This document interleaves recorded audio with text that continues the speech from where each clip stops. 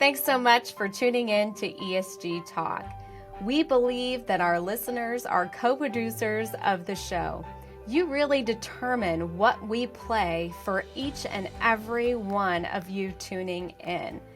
And since May of 2022, this show has grown in popularity around the globe with over 70 countries and thousands of C-suite listeners on how to simplify and tackle ESG.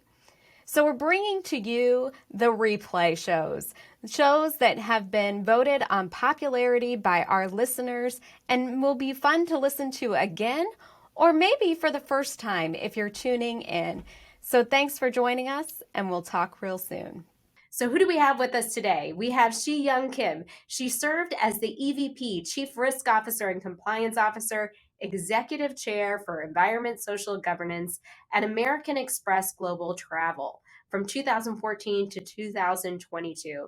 I had the great opportunity to meet with her at the CEF Pro conference this summer, invited her to join us for a discussion so that you can learn from her wealth of experience.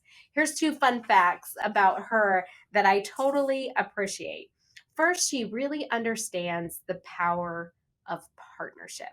She gets that this work can't be done on your own.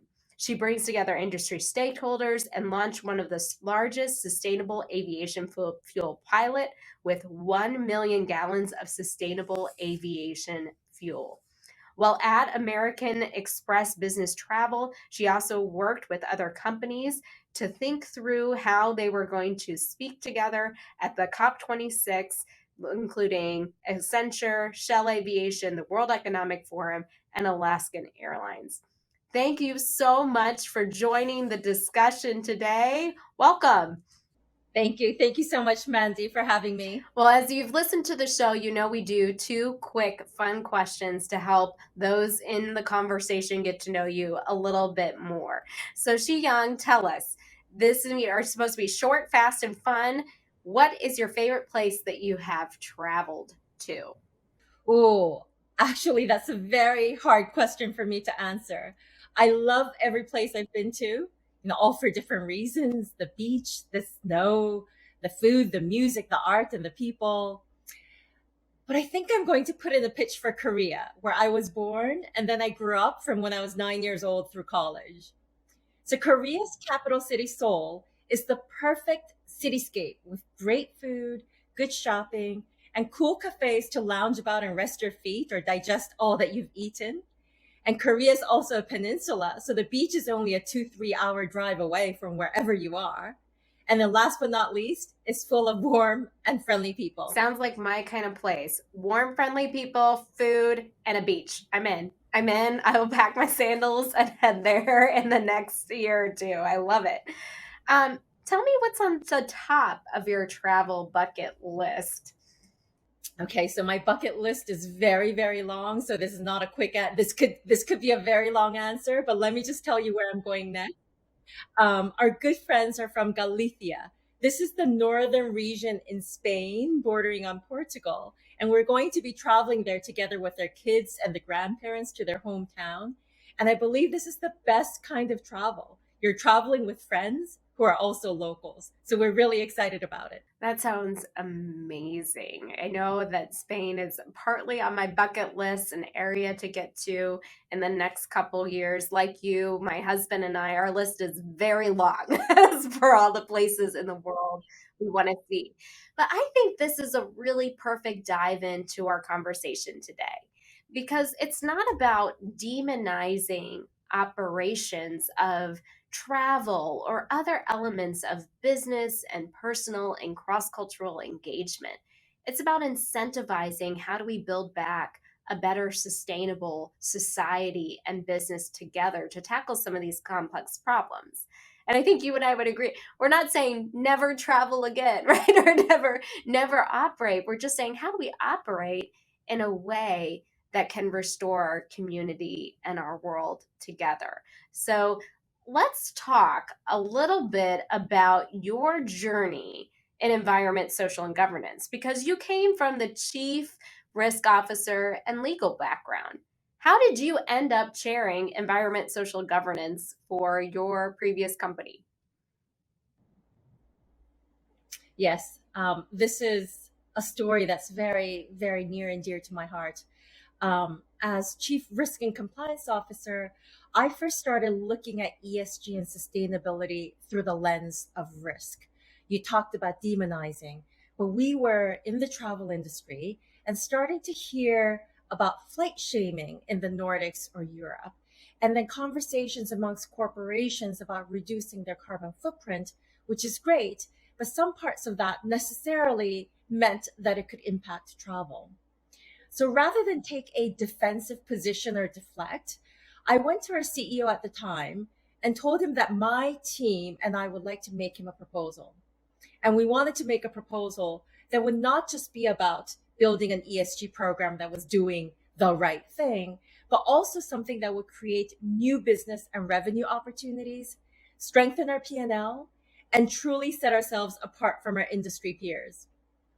It wasn't just about promoting travel as a force for good, but also promoting sustainable aviation fuel, carbon measurement tools, and more accurate carbon calculations, and also optionality on how to maximize travel while still working towards reducing carbon, which is possible. Well, and I value that you saw an opportunity and raised your hand. I think as those who are moving into environment, social, and governance leadership, some are voluntold, some see the future and raise their hand and say, I want to be a part of it to add value to our company. And what I greatly appreciate that you did is you looked at it from a business case. In our previous chat episode, we talked about ESG challengers, and we just talked about, look, every business decision has risk, opportunity, and cost, regardless of what you're thinking about when it comes to environment, social governance. Let's be honest and talk through the realities of the business case and where it can move a company and society forward in a mutually beneficial relationship. As we think about your work, one of the things that I appreciated from Intea Group, Helena, who we were previously on a webinar together around scope 3 admissions, and tagged her before the show, and she chimed in with this idea of we have to rethink the way that we've always done operations. And so one of the suggestions she gave from her work is thinking about not saying you're not going to travel, you're not going to get together, you're going to think about selecting locations where they have a walking policy. Is everything in walking distance? Can you do everything near and local? That was a really unique perspective. I love your perspective on partnership alliances that can really move environment, social, and governance forward. Help us understand your approach to alliances. Yes, I truly believe that ESG is a total ecosystem problem that needs to be solved by multiple stakeholders. It can actually only be solved with all the stakeholders within the value chain come together. For example, if you take business travel, which is the industry I was engaged in most recently, the government can provide subsidies or tax incentives, and we're seeing that now, and we're really grateful for it. Airlines can fly on more cleaner, albeit more expensive jet fuel. The energy companies can absolutely produce lower carbon products. And large corporations, they may be able to afford and pay a green premium to help us bridge the gap. And perhaps the end traveler can bear a little bit of a surcharge. But in the end, any one of these actions alone is just passing the buck. And you're just pointing to the next person and passing the cost around without really creating any change or impact. But if all the stakeholders in the value chain come together, you can create solutions that will be game changing. And sustainable aviation fuel is one example. It has the potential to reduce aviation related carbon by 80%, but it's expensive today. The price is high and therefore demand is low and supply is low. There isn't much produced, which is why the price is high again. But by encouraging all the stakeholders in the travel ecosystem to work together on a long-term plan, you can put together a project plan that will bring the cost of this cleaner jet fuel down to something that is accessible to all. That's an amazing notion. And again, your example for how you work together at the World Economic Forum up to COP26 last year and really brought together broad-based stakeholders to have this dialogue. I think that's a great lesson learned for individuals who are tackling all along their value chain. How do they consider carbon reduction? When we look at clean energy, you're exactly right. Clean energy has to come from your city or potentially your energy provider for that region. It might be you and several other businesses and community organizations sitting together, large community organizations, think hospitals, think institutions of higher ed, talking about how are we going to build this transition together? Who's going to be the hand raisers? And you don't have to be a hand raiser alone. There are other opportunities. People often look at the scope 3 and they're like, I've got to tackle it all, right? And they sit there and say, I've got to tackle everything. And we're like, no, no, no. You can actually start small. You can start and look at the business case and what has the best opportunities that reduce your risk, that establish the cost, and begin there versus tackling the entire system all at once. Have you found it successful to start small, or have you found it successful to maybe go after one big thing? What's kind of been your approach over the years? Well, I would say, and it's different, company to company because it's different in terms of what industry that you're in. But you look for the area where you can make the greatest impact. And, that's how you start, solving the problem, where you get your bang for buck. So it's not necessarily whether you start small or large, but by saying, bang for buck, I'm not saying you have to start big and think about boiling the ocean, but you're looking for the concentrated areas where you can create the most impact. And I think that runs through consistently as you think about building an ESG program, whether it's from scratch or something that you're building upon, or you're adding a new pillar to it. You always look to create impact. And I think that's very important.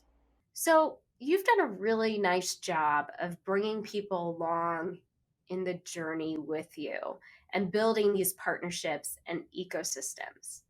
How can companies create more environment, social governance ownership at every level? It's a good question. And I think it's related to the earlier question you asked me. And the way I talk about it is try to think of what your superpower is and how to translate that into ESG initiatives. Think about your position within the industry and how you can, so to speak, punch above your weight because of that. And create a storyline that you want your company to tell, both internally and externally. And that storyline is going to be around actions that create the most impact and create the most change. But at the same time, because it's about your industry and how you operate and what you do, it's going to be authentic. It will be authentic, it will be engaging, and it will be something that you'll be able to create a cause, almost like a flagship cause around your employee that your employees can rally around. So I'm curious, what would you say as we close out is your superpower? Oh, I was. I think I don't know if I have that as a superpower, but my goal has always been, and my mantra has always been, to try to bring people together. I really do believe in bringing people together just produces solutions. And the more opinions, the more diversity in opinions you have, you get to an outcome that you may not have thought of at the beginning, but the right one. So collaboration, bringing people together, trying to create a collaborative environment, a consortium of sorts. I think that is always been my goal and perhaps my mantra, and one day hopefully I might be able to call it my superpower. I'm thankful. I'm those that know me, I'm 5'2" on a good day when somebody wants to be nice and like round up. So I always appreciate when people say fight above your weight class or aim for that piece. And I love that direction and advice is to lean into those abilities that you have that can really elevate you for the next moment of leadership. And don't be afraid to be the hand raiser. Don't be afraid to come to a group and say, hey, I'd like to offer up this. Let me get a team together and come back. And that was a very successful strategy to help bring people along and tell them where you've been, where you are, and where you're going. Thank you so much for joining us in today's show. We greatly appreciate it. Hey, if you listened in today, we value your time, whether you're listening on the go or house cleaning or wherever you may be in the world. As we film today, we're so proud that many of you choose to take the time of 55 plus countries to talk about environment, social, and governance. Please leave us a rate or review. Your feedback is what really guides us for the next episode. Please join me in thanking all those who contributed to today's session, from using the polls on LinkedIn to Paylina at Atea Group, and of course, our phenomenal guest, Si-Yeon Kim, fabulous risk officer and working on her superpower to deliver benefit for business and society. We'll talk real soon.